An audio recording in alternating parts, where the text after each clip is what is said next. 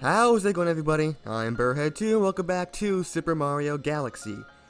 Now, there's a little life lesson that you guys need to know.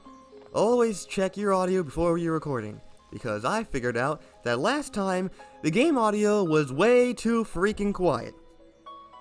I have done a little bit of tweaking and a little bit of checking, and hopefully things sound a lot better now. I hope. No guarantees. But anyway, let's, play the game, because, stuff.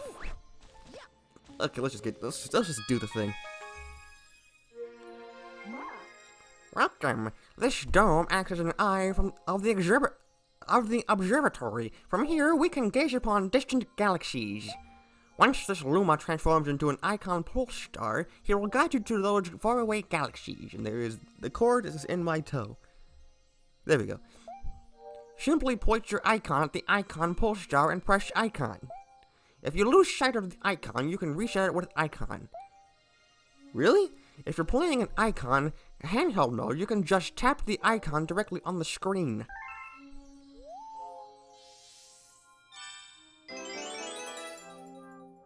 And whoop. These are the galaxies that can be observed from this dome. The numbers represent their distance from the observatory. The bigger the number, the greater the distance. Oh, how far away is it? I'm gonna go full math teacher here and be like, the number of what? Bananas? Number of apples? Is it 1 apples away? Is it 1 car length away? Was it 1 Mount Everest away? You need to label it. The more power stars you find, the further you'll be able to travel. Cool. Yes. Good old Good Egg Galaxy. Yes, it is undeniable. We're detecting power star energy patterns in the nearest galaxy. Okay. But I must warn you that the evil energy readings are off the charts. Please be careful. The evil energy readings, huh? Sure is convenient it sure is convenient that's the only time in the entire game to actually mention evil energy. Also, you see that little colorful planet down there? That's an unused planet. It's actually in a different version of the planet for Dino Piranha. They just didn't change it in the selection model. Suckers.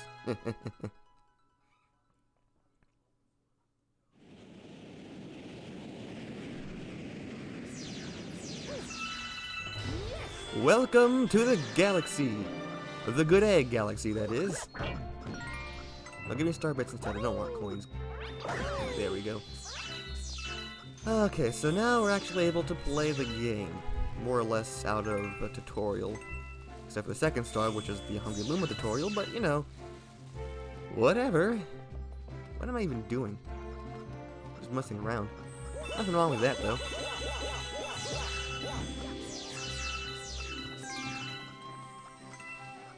So, yeah, I should probably figure out something to, actually say. That might be a good idea.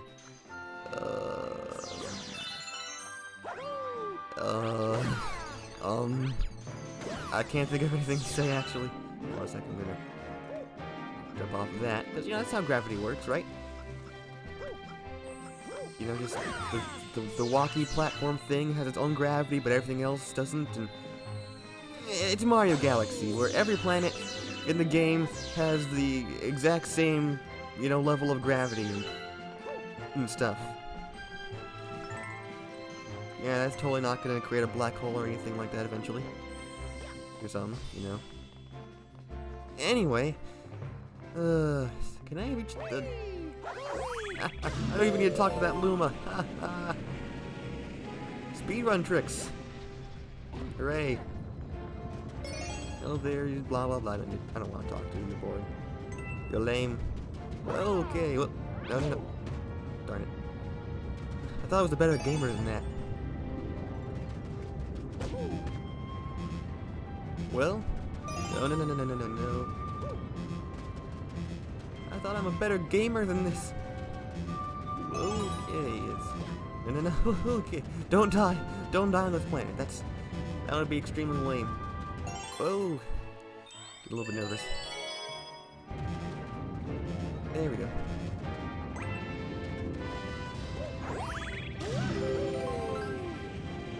Hello there, Bean Planet that later appears in Gusty Gardens Galaxy. Can't do that for me. You're using the assets, Nintendo. Lame.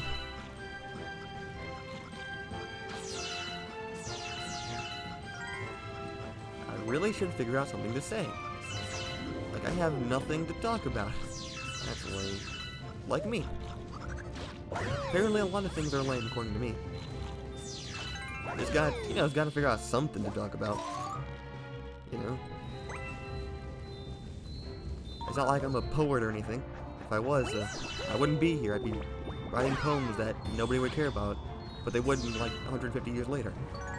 Because they'd be reading about it in their, curriculums and junk.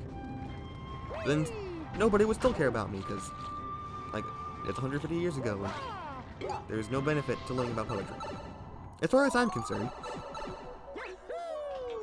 But, that's another discussion.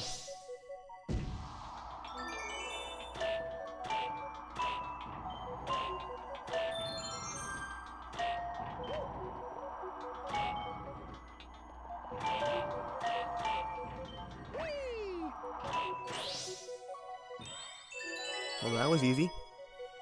Oh yeah, and black holes. Yeah, just gonna have a black hole be like, really close to where I'm, standing and stuff. That's totally not incredibly dangerous. Yeah, that's just normal black hole, really close by. Everyone doesn't die. I think I'm gonna sneeze. No, it went away. Or kind of went away.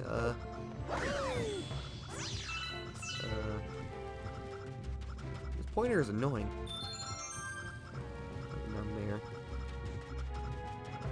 My nose is kind of stuffy as well. Kind of having, like, a bit of a problem with allergies. Just, like, hay fever and stuff like that. Nothing terrible, just got a bit of a stuffy nose. Whee!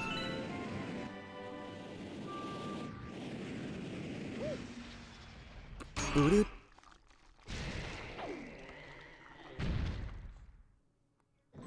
And now it's going away. Because now that I mentioned I have a stuffy nose, now it feels like it needs to go away. And now it's gonna come back. I'll give it like 30 seconds. That's how my life works. Okay, I'll beat you up in a minute, Dino Piranha. Just want to collect these star bits first. Okay, I think we're good. Boink.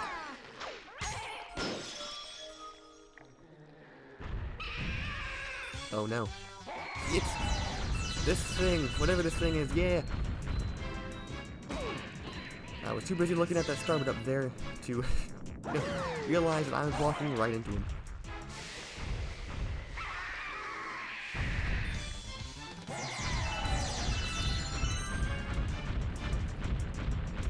Okay.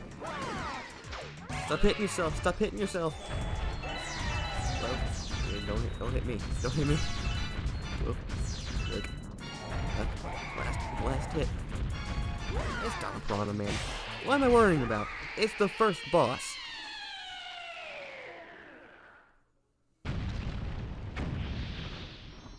It's like, worrying about King Bomb and Mario 64.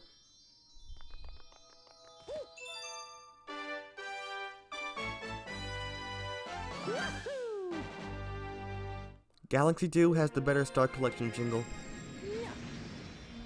Just saying.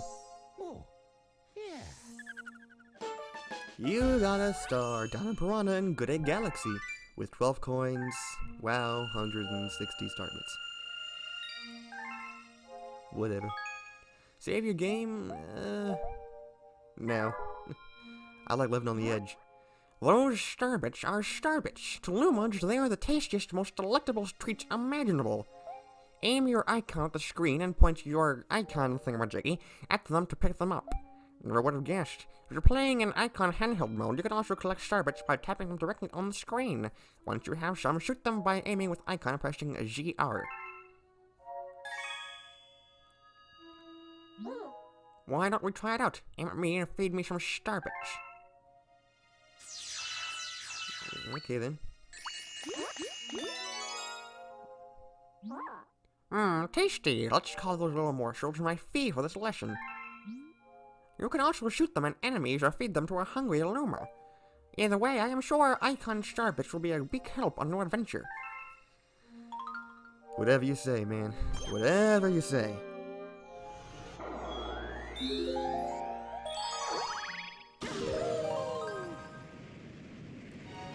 I suppose it would be a bit early to be talking about, like, unused content already, you know. That is a topic I can talk about at some other point. It is a bit early. You know. Yeah.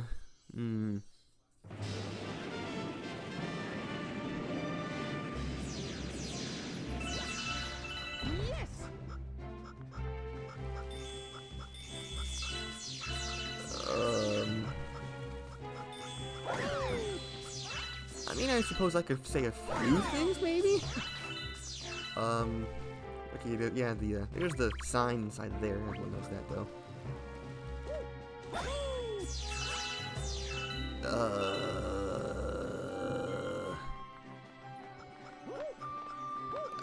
Okay, just whatever. I'll just say something.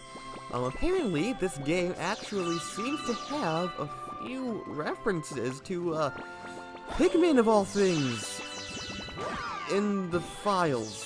Now, I'm sure you've heard about the spaceship in Space Junk Galaxy, which honestly I'm a bit dubious on that being a Pikmin reference. It's a bit out there, a bit of a stretch if you ask me. Shall I go here? Guess not. Kind of, maybe a reference, although maybe not. You know, it's hard to say. However,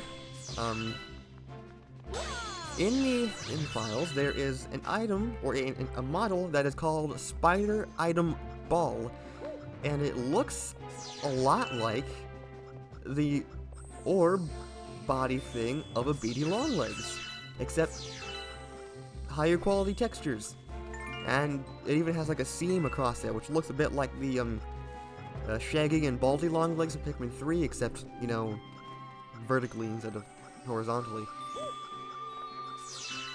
And in fact, it's called Spider Item Ball. It's kind of weird. It's like Spider Item Ball. Like, what would that be for? The Pterantox boss fight, maybe? The little spider thingies. I got a hungry friend up ahead. You don't mind sharing your snacks, do you? Head forward using the icon. If you're in handheld mode, you can just blah blah blah blah blah. Nobody cares. So it's kind of, well, suspicious. And there's one more thing. Larva. It's just called Larva. It looks a lot like the male sheargrub.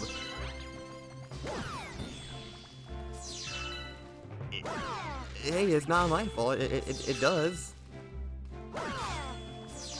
Anyway, yeah. I think there might be one more thing that I'm forgetting. That's sad. Really sad. Okay, I'll just jump on and give me the coin. Thank you. I know the larva thing has like other things related to it which don't really look like anything from Pikmin. But yeah. Of course, everyone knows that there was the Pikmin references in Galaxy 2, at least there was supposed to be. Bit of a shame it's not in there. More Pikmin references I find the longer I live. It's the only thing keeping me alive at this point. That and the wait for Pikmin 4.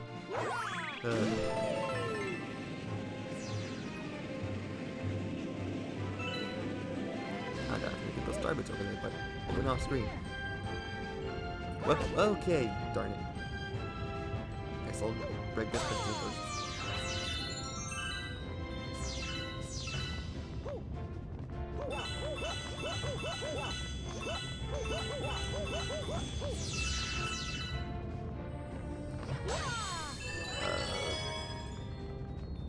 Darn it.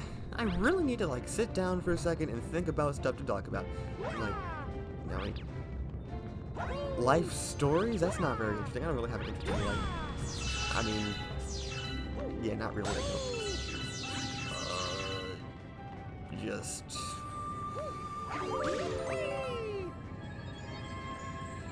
I don't have much of a life story. My experiences with this game, sure. I'll take that. I wouldn't necessarily say I have any really interesting experiences with this game. You know, it's. Ooh, oh. Hold on a second. Come on, camera. Work with me here, camera. See this thing? Right over there. That is the, it's the little box thing to go in on the starting planet. Which the starting planet itself actually has an unused variant, but we'll talk about it later. Like, see, there's the little box planet right over there. Yeah, can't hide that from me. Or maybe you could, you just didn't. I need to break more of those boulders. Nah, I'll be fine. Famous last words, though. So anyway, just, I mean, I think this is a good game. It's pretty good, yeah, it's fun. I do kind of prefer Galaxy 2 in some ways, but the original Galaxy does have its thing. Like, both Galaxy and Galaxy 2 have, you know, their things going for them. You know, they're not this, like, they're different, but not the same, but they're not terribly different, but you know what I mean. They have their reasons for people liking them, you know. In some ways I prefer this game, in some ways I prefer Galaxy 2. Nothing wrong with that. I hope. Anything else? No? Hey you! Yeah you! Got any tasty Starbits? If you feed me a bunch of Starbits, I'll burst with snacky happiness and then transform! I'm famished, I need 100 Starbits to curb the hunger pangs! Well, I have a few for you there. Get these. Before they go away. I might recommend chewing though. Just saying that. That might help you. There's a bit of a choking hazard. You good, bro? That's it! I'm stuffed! Here we go! Transform!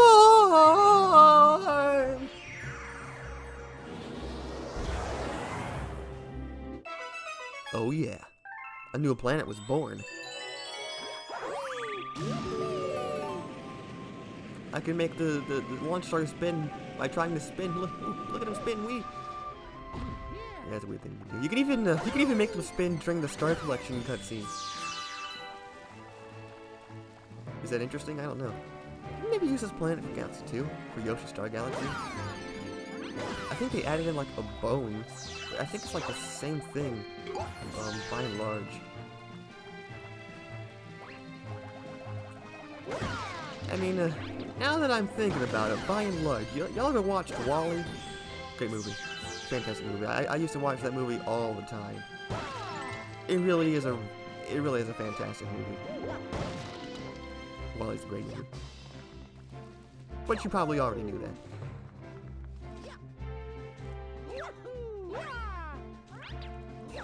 Not much more to say about that, though. Yeah, just movies, yeah. I'm talking about movies. I don't really watch a lot of movies, actually. Now, not really much of a movie person. Yeah, they come out or whatever. I'm not like. I've seen like one Star Wars movie, and I can't really remember anything about it. So yeah, like I'm not into Star Wars. I'm not into like Marvel or Avengers or anything like that. It's, you know, whatever, doesn't really interest me.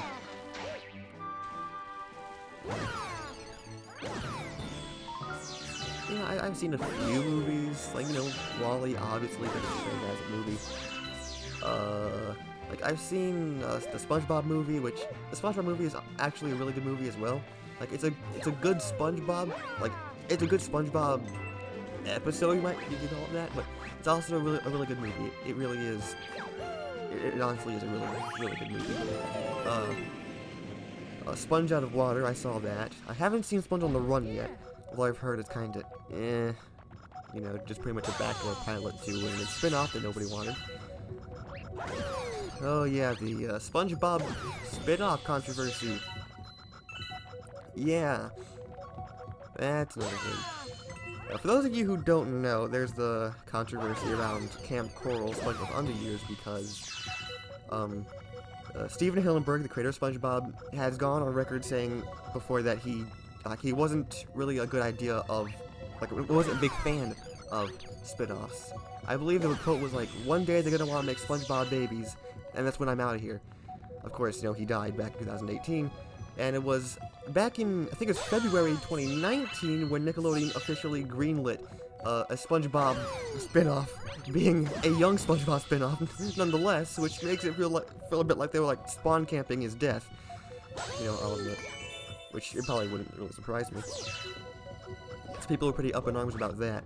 I mean, he made that quote back in like 2009 or 2010 or something, and chances like maybe he changed his opinion, and that's entirely possible. But you know, you know, it's a quote from so long ago. Maybe maybe he changed. I'm not sure. But still, you know, it's the guy that made SpongeBob. You know, I heard that he was a really nice guy. You know, everyone seemed to like him. And he's gonna go around and do the exact thing you didn't want him to do a few months after he dies. Like, you're just waiting for him to finally just croak so you can do what you want to do. But then again, that's just Nickelodeon. I hate Nickelodeon. And so now I think Vincent Waller made a tweet saying that that Steven Hillenburg did know about the spin-off and that he was what was it? Like, he was okay with it, I think. Also, wanna know a speedrun trick? Super easy, man. Super easy.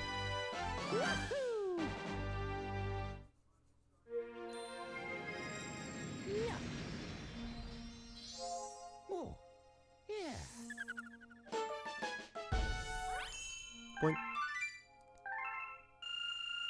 That's a lot of star bits.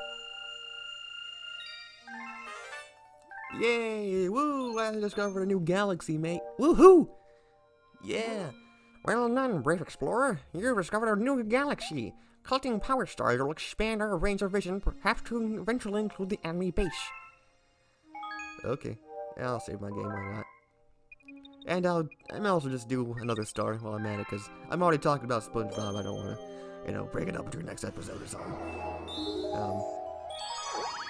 So, you know, like I was saying, Vincent Waller made a tweet saying that Steven Hillenburg knew about the spin-off and that he was approving of it.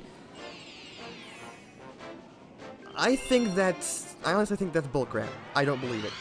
I don't believe it for a second. Okay, maybe for a few seconds, but outside of that, I think it's crap. Because Nickelodeon has done that before. They have, surprise, surprise, big corporation has lied.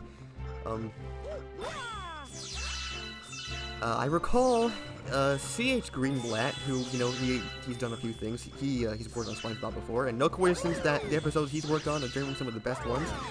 But when Harvey Beaks, he made Harvey Beaks, and when that was canceled, apparently he made a tweet saying that, like, it wasn't due to Nickelodeon, when in reality it was. They pretty much just kind of made him do that. They made him say that it had nothing to do with Nickelodeon.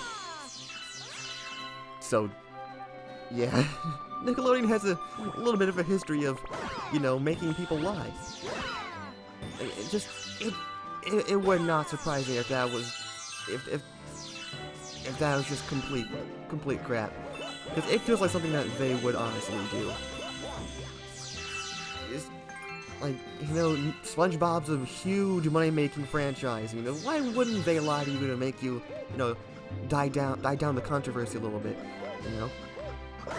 You know, why wouldn't they lie? It's a... Yeah, I'm one of the people that was not very happy about it. So, and then, you know, like, oh, they're gonna release it on Paramount Plus, exclusively on Paramount Plus, and then, like, 3 weeks later, they aired some episodes on TV. Wow, that's not, like, trying to bait you into getting a Paramount Plus subscription. Well, come on. I want to cheese this, man. I want to cheese this. I want to cheese-head it, because SpongeBob. Okay, bad joke is not that funny. Come on, no. Come on, get up there. Okay, thank you, Mario. Thank you, Mario, but our princess is in another castle. There's the plan again. Woo, there it is. Look at it. Hello there, Toad that's probably dead. Oh, he's not. He's just very athletic. Woo! You saved me! Thanks, Mario! In return, let me tell you a secret about this place. Apparently, those spiky things just hate coconuts. Shake Joy-Con and press Y to smack them with coconuts. Thank you, Toad. I mean, I already knew that, but whatever. Put them on the other planet. But of course, you know, you can't just leave controversy well enough alone, Nickelodeon. You just can't do that. You go ahead and then greenlight 2 more SpongeBob spin-offs. You got the Patrick Star Show, which is gonna, like, spin-off for a comic relief character. Yeah, that generally ends well. And then you have the Squidward spin-off, which doesn't have a name yet, which is gonna be on Netflix, I think. So yeah, I hate Nickelodeon a lot. I just think they're scummy. Maybe it's Viacom in general, I don't know, just their business practices are incredibly questionable if you ask me. I would go so far as to describe them as the EA of television, except with better working conditions. Just feels really just money grubby, you know?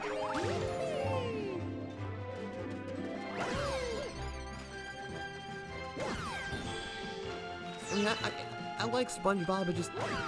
Wait.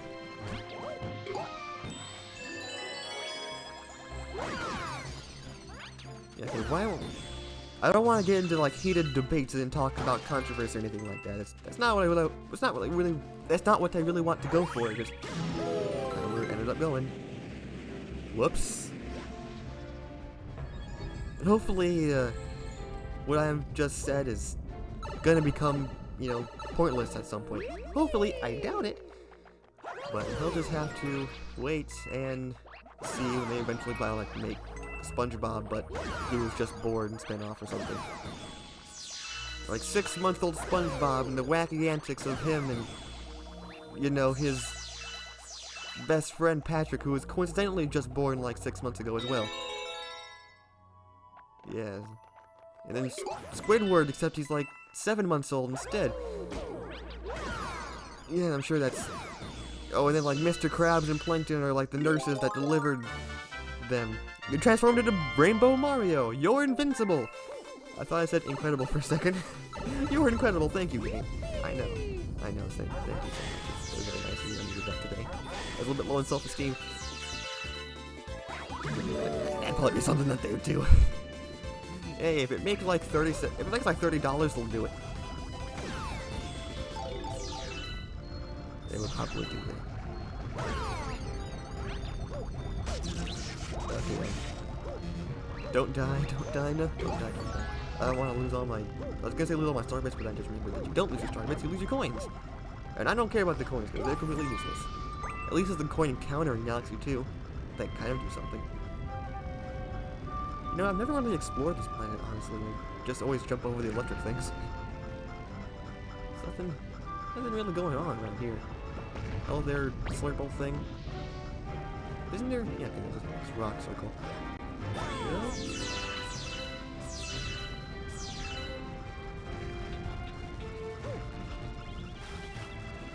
Thank you, game.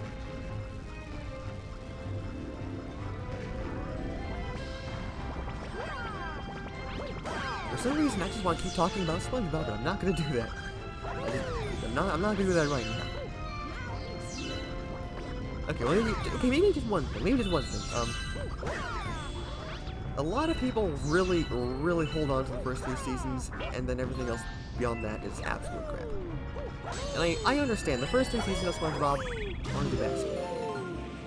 But, you know, the other seasons all have other things going on for them as well. You know? I mean, Season 9 was when Stephen Hillenburg returned to the show. Like, okay, halfway through Season 9. Season 9 had Squid Baby, which is not a good episode. But it also had other good episodes like the executive treatment and stuff like that, you know. Nice work, but you gotta keep going. Like, you know, like, yeah, the first 3 seasons, they're good. Season 4 is pretty good. You can tell it's a bit different from the first 3 seasons, but it's still pretty good. Season 5 is, like, they don't really mention much about Season 5, honestly. Your health grew to 6. If it drops below 4, it will return to normal. Then you got Season 6, which is Season 6 like the bad season. If you had to ask me, I would say Season 6, 7, and 8 are probably the low point of the series. Like, but I wouldn't necessarily say that there's a bad season, because it's easy to, you know, put all the bad episodes that you don't like into one season and just call that season bad. But in reality, the bad episodes are like usually pretty few and far between. They're spread pretty evenly across the seasons. They just got a bit more common as the series went on.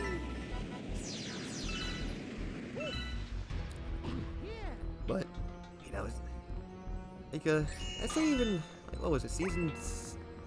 I can't remember. Like, I don't like Season 8. Season 8 is probably like my least favorite season. I just don't like it. It's King Spicy, but in Spanish.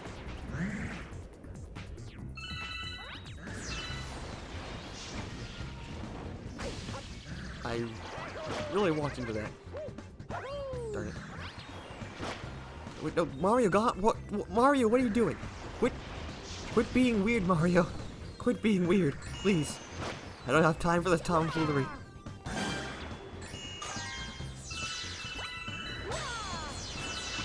Well, anywho, yeah.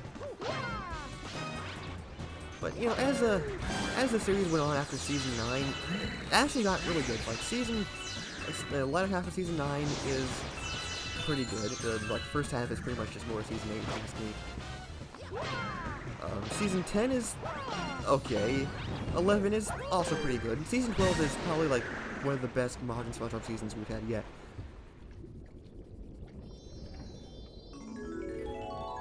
Like, Season 12 is pretty much always consistently good episodes. Like, really, it is. Although, there's a few things in there that people don't seem to like. It's a long video. Let's go. Stretching my back here.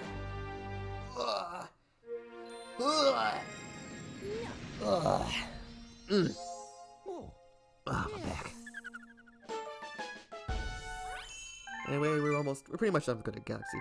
Like, Season 12 has, Sandy's Nutty Nieces, which people don't really seem to like that episode a whole lot. It's fine. But I would say, come on, Pointer, there you are. Like, I would say it's consistently really good episodes. But anyway, enough about SpongeBob. I'm just gonna end this here, okay? Goodbye, and I'm gonna think about stuff to talk about, because there's actually stuff to talk about.